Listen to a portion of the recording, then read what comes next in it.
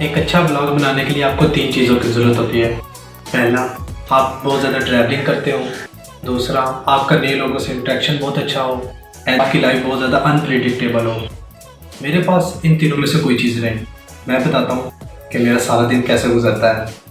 सुबह फजर के वक्त उठता हूँ, नमाज के बाद मैं रनिंग के लिए चला जाता हूँ, और अगर दोस्त ना हो तो मैं रनिंग पे नहीं जाता, ऐसे सो जाता हूँ।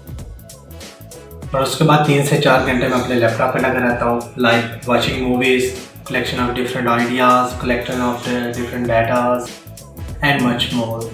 और इसी तरह यूजुअली मेरे सारे दिन इसी तरह गुजरते हैं। अगर सुबह के वक्त मैं रनिंग करूँ तो शाम के वक्त क्रिकेट नहीं खेलता, अगर शाम के वक्त क्रिकेट हो तो सुबह के वक्त रनिंग नहीं होती।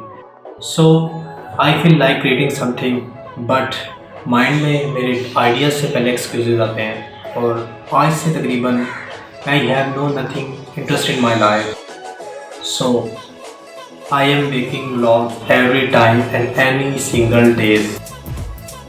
तो फिर कल मिलते हैं।